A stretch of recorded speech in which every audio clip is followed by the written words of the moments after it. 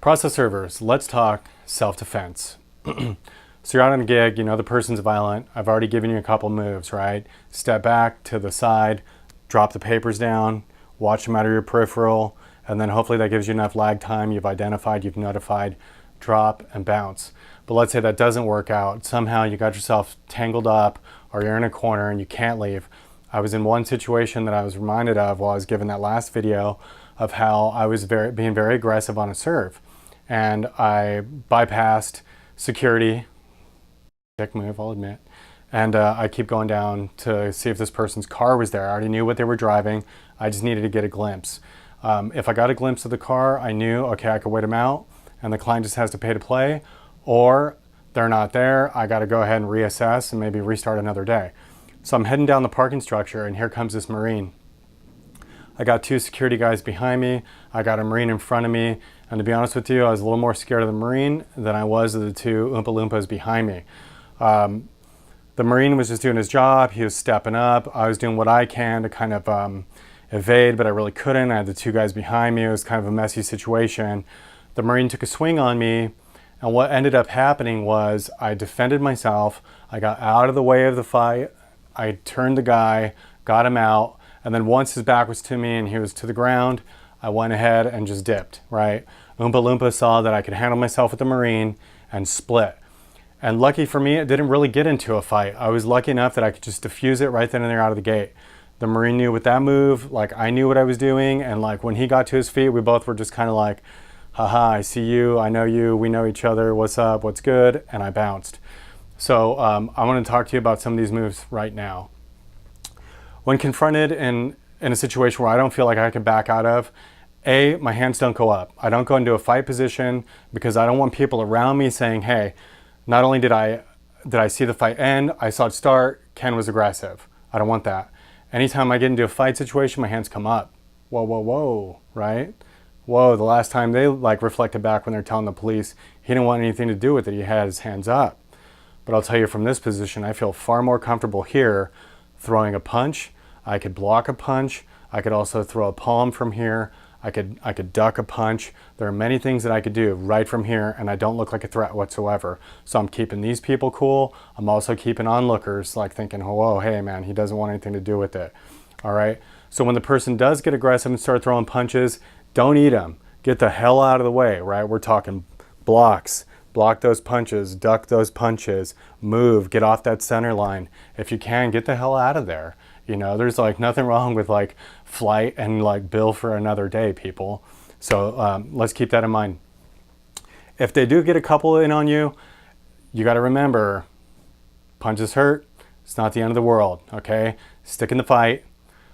I personally, I prefer to go straight to elbows. If they're in on the inside and I miss the opportunity with the palms, I blocked a few, maybe I ate a few, I'm coming across with some elbows. I got knees, I got hips. We could use all of this stuff, people.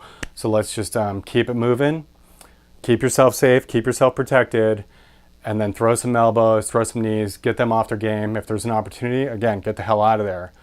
If things get a little tighter than that, let's say we're scuffling, my favorite move personally is I go for the chokes. You know, they're very hard to defend against me. I happen to be like pretty decent at it. You know, what Kung Fu has taught me in the last 10 years is that I can't fight for beans. So might as well even get in there, get the choke on, subdue them, and split. So in order for me to get a choke on, if it's in a scuffle, I just keep wrapping up, tangling up. I might eat a punch or two or maybe something else. And then once it's available, I get either and or hand in there, I clear them, and I go ahead and I choke around the back. That's my preference. I don't take it to the ground. I get that choke in, I pop with the hip, I get them off their center of gravity, I start stepping backwards. I want them to lose oxygen and balance at the same time. Let's just go. If it does go to the ground, I get the hell up as fast as I can because you don't know who's going to come to that person's like saving grace, right? And you don't want to get a thumping while you're down there. So after the choke, again, get the hell out of there. If you feel like you can't back up, let's say you're in a position with, I was with the Marine, you got one in front of you, two behind you, and you know, hey, I'm not going to wait around for this guy to be aggressive. I gotta step up first. Either A, I don't recommend throwing a punch. If that's your thing, go go ahead and do it. At this point, you got not too many other options. You're pinned down. So go ahead and throw that punch, let them know you mean business, get the hell out of there, the next available opportunity. For me, it's the choke. I push that shoulder out, I dip that elbow down, and I go ahead and hook behind the back of the head, bring him in. At that point, I've turned their body, bringing him in, cinching it down with my lower body, my hips, pelvic thrust, pop them out, step back and around. Now I got all three of them in front of me because I turned behind them, or I turned him. I'm going to whip him around, and I'm going to bring them in and put a little bit of space in between me and the other two. I want the other two to see that I mean business. So I may not choke this guy out, I may, and then at that point, at least you've got control of the game. Again, next opportunity, get the hell out of there. So again, let's just go back over the basics, right? Hands up, not like this, okay? Number two, well, maybe let's even talk distance. Don't get him within punching distance, but let's say that's already been breached. You got your hands up, go ahead, get ready for some blocks or palms, right? We got to defend ourselves anywhere. Don't discriminate, just get them the hell off of you. Let's say they're a little too tight.